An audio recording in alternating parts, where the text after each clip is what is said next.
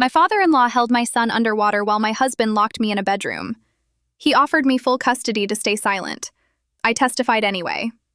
My father-in-law held my son's head underwater until he stopped struggling. My husband locked me in a bedroom. Just let Dad handle it, he said. Then the door clicked shut. I pounded on that door until my fists bled. I could hear water running, Mason screaming, my own voice begging. My shoulder slammed against the wood again and again, and then I heard nothing. The neighbor who heard the screaming called 911. That's the only reason my son is still alive. Mason is 9 now. He's loud and messy, obsessed with dinosaurs, and the best thing that ever happened to me. He doesn't remember much from that day 2 years ago. The doctor said his brain protected him, blocked out the worst of it. I remember everything. But before I tell you what happened, you need to understand the family I married into and what I'd built before they tore it down. The Hartley family ran on a simple system. There was Kevin, my husband's younger brother, and there was everyone else. Kevin was the golden child. Star quarterback, business degree, married his college sweetheart, had 2 perfect kids, bought a house 3 blocks from his parents. My husband Daniel was the other son, the quiet one. He worked 60 hours a week as an electrician while his parents bragged about Kevin's car dealership job. Daniel got $20 gift cards for Christmas while Kevin got checks for $5,000. I used to feel sorry for Daniel. Turns out I was looking at the wrong thing entirely. We met when I was 26. I was a 3rd grade teacher, still recovering from a broken engagement. Daniel was the electrician who fixed the wiring in my classroom. He was kind and patient. He listened when I talked, remembered the small things. We dated for 2 years, married for 3 before Mason was born, and then everything clicked into place. The year Mason turned 5, I got promoted to lead teacher at my school. Daniel made foreman at his company. We saved for 3 years and finally closed on our first house, a 3-bedroom ranch with a backyard big enough for Mason to run around in. We painted his room blue with dinosaur stickers on the walls. Mason started kindergarten that fall. He came home every day bursting with stories. He was thriving. We were thriving. For the first time in my life, I felt like I'd built something solid. I should have known the Hartleys would find a way to break it. Frank, my father-in-law, had served in the military and never let anyone forget it. His house was a shrine to his service. Medals, plaques, uniforms in glass cases. The centerpiece was a bronze eagle statue he'd received for some commendation. He treated it like a holy relic. His wife Diane was quiet in that way that comes from decades of making yourself small. She cooked, cleaned, and never disagreed with Frank about anything. I thought she was traditional. I was wrong about that too. Mason was a spirited kid, curious, always running, climbing, exploring. Frank called him undisciplined and soft. He made comments about boys needing firm hands, about nobody teaching kids respect anymore. I brushed it off. Generational differences. That was a mistake. The incident happened on a Sunday in July. Mason was 7. Family, barbecue at Frank and Diane's house. Kevin's kids were there, Connor and Emma, who sat quietly and never touched anything without permission. Mason was being Mason, running through the house, playing some game about dinosaurs and time travel. I told him 3 times to slow down, to be careful. He didn't listen. He was 7. He ran through the living room and crashed into the display shelf. The bronze eagle fell, hit the hardwood with a crack like a gunshot. One wing snapped off clean. Frank's face went purple. His hands started shaking. The vein in his neck looked ready to burst. He told me that eagle was given to him by General Morrison himself. 43 years he'd had that eagle. I said it was an accident, that we'd pay to have it repaired. I was already moving toward Mason. Frank grabbed Mason's arm, his fingers dug in hard enough to leave bruises I'd photograph later. Accidents have consequences, he said. I told him to let go. My voice cracked. I told him to let go of my son right now. Daniel stepped between us. I thought he was going to help. He told me to let his dad handle it, said his father knew what he was doing. Before I could respond, Daniel grabbed my arm and pulled me toward the hallway. I fought him, screamed for Mason, tried to get past. He was stronger. He shoved me into the guest bedroom. I heard the lock click. I threw myself against that door so hard I dislocated my shoulder. It didn't move. Through the wood, I could hear Mason crying, Frank yelling about teaching respect, water running in the kitchen. Then Mason screamed. Not cried, screamed. The sound made my knees buckle, then nothing. I pounded on that door until my fists were bloody. I screamed, begged, promised anything. Just let me out. Just let me see my son. That empty silence where Mason's voice should have been. I don't know how long it lasted. Minutes that felt like hours. Then sirens. The police broke down the front door. One officer broke down the bedroom door 30 seconds later. I ran past him, shoulder hanging wrong, voice gone. Mason was on the kitchen floor, wet, not moving. A female officer was doing CPR. Frank was in handcuffs, yelling about his rights, about discipline, about how this was his house and his grandson. Daniel was standing in the corner, just standing there, watching. The paramedics got Mason breathing again in the ambulance. He'd been underwater for nearly 2 minutes. Frank had held his head in the kitchen sink, said it would cool him down. My 7-year-old son nearly drowned because he broke a statue. At the hospital, they ran every test. CT scans, neurological exams, everything. Mason had water in his lungs, minor brain swelling from oxygen deprivation, bruises on his arms where Frank grabbed him, on his neck where Frank held him under. The doctor who examined him was named Dr. Reyes. She pulled me aside and told me this was documented attempted murder of a child. The district attorney's office would be involved. The police were already building a case.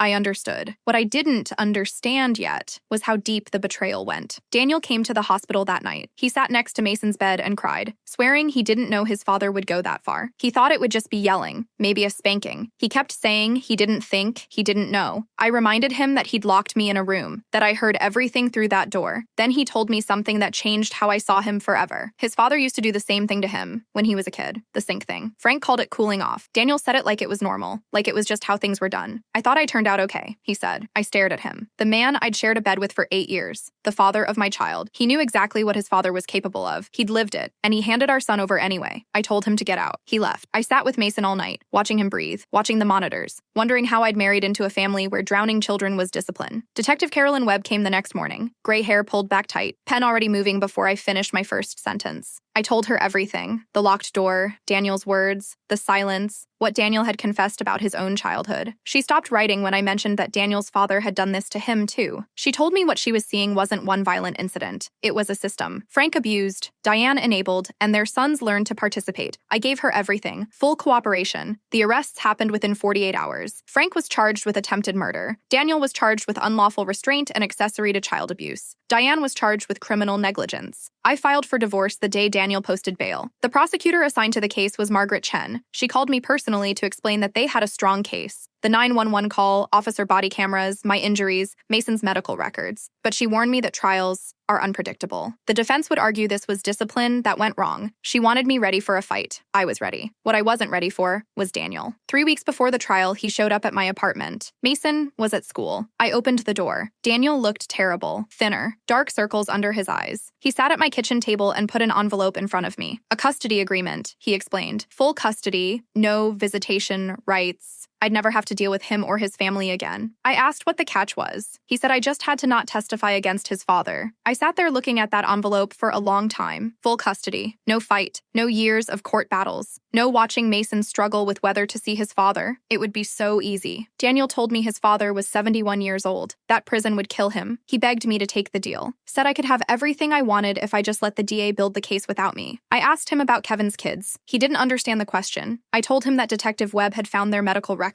Connor's broken arm at age 6 wasn't from a bike accident. Frank had pushed him down the stairs. Kevin lied about it, just like Diane had lied about Daniel, just like everyone in his family lied to protect Frank. Daniel's face went pale. I told him that if I took his deal, Frank would get away with it. All of it. What he did to Mason, to Daniel, to Connor, and he'd do it again. To Emma. To any grandchild who broke something or talked back or didn't show enough respect. I pushed the envelope back across the table. Daniel stood up, his shoulders squared, his jaw tightened. Then I'll testify too, he said. His voice was flat, dead. Against you. He told me he'd tell the jury I was hysterical that day, that I overreacted, that Mason was fine until I started screaming and panicking. He'd tell them I was unstable, that I was using this to take his son away. I asked if he would really lie to protect the man who almost killed his child. He said Frank was his father. I said Mason was his son. He walked out without answering. The trial started 4 months after the incident. The prosecution's case was strong. They had the 911 call from the neighbor, a woman named Patricia DeWitt, who heard screaming through the fence. They had the body camera footage, my dislocated shoulder, Mason's medical records, and they had something I didn't know about until the 3rd day. Detective Webb had subpoenaed medical records for Kevin's children. Connor, now 12, had been treated for a broken arm at age 6. The official story was a bike accident. Emma, now 9, had suspicious bruising at 4 that was blamed on a playground fall. The pattern wasn't just Daniel. It was all of them. Daniel took the stand on day 4 as a witness for the defense. I sat in that courtroom and watched my husband tell the jury that I was emotionally unstable, that I had a history of overreacting, that I'd been looking for a reason to destroy his family. He called me dramatic, said I escalated situations, said his father was trying to calm Mason down, and I turned it into something it wasn't. The prosecutor cross-examined him. She asked about locking me in the bedroom. Daniel said I was hysterical, that he was trying to protect me from myself. She asked if he'd heard water running, heard his son screaming, heard silence. and still didn't unlock the door. Daniel had no answer. She asked about what he'd told police, that his father did this same thing to him as a child. Daniel said it was different then, that it was discipline, that it wasn't like what happened to Mason. She asked him to explain the difference between his father holding his head underwater as a child and his father holding his son's head underwater. Daniel said his father went too far with Mason, that he didn't think he would. She asked if he knew it was possible, because it had happened to him. Daniel started crying on the stand. He kept saying he didn't know. I watched him fall apart. My hands unclenched for a second. Then I remembered the sound of that lock clicking shut. My hands closed again. The prosecution called their final witness on day 5, Diane Hartley, Frank's wife, my mother-in-law. She walked to the stand slowly. Her hands weren't shaking. She looked at Frank without flinching. The prosecutor asked her to describe what she witnessed on July 15th, and she did. She described Frank grabbing Mason, the walk to the kitchen, Frank filling the sink, forcing Mason's head under, holding him there while he thrashed and fought. The prosecutor asked how long it went on. Almost 2 minutes, Diane said. I counted. The courtroom went silent. The prosecutor asked what she meant by counting. Diane said that when Frank disciplined the children, she always counted the seconds, so she'd know when to step in if it went too long. Her voice cracked. She said she waited too long this time, that she always waited too long. The prosecutor asked if Frank had done this before. Diane looked at Frank. 40 years of marriage, 40 years of silence. She said he did it to Daniel when he was 7, 8, 9, to Kevin once, but Kevin learned faster how to avoid making Frank angry. To Connor 3 years ago. The broken arm wasn't from a bike. Frank pushed him down the stairs. Kevin begged them not to say anything. The prosecutor asked why she was testifying now, after all these years of silence. Diane looked at me, then at the gallery where Mason's photo had been shown as evidence. She said it was because he was 7 years old, because she watched him stop moving and thought he was dead, because she spent 40 years telling herself it wasn't that bad, that Frank just had a temper, that the kids were fine. She was crying now. They weren't fine, she said. None of them were ever fine, and I can't lie about it anymore. Frank's lawyer tried to discredit her, called her mentally unstable, suggested she was testifying for a reduced sentence. Diane just looked at him. I spent 40 years lying for my husband. I'm done. He held that boy underwater until he turned blue. I watched him do it. Nothing you say changes that. The jury deliberated for 4 hours. Frank was convicted of attempted murder, 12 years in state prison.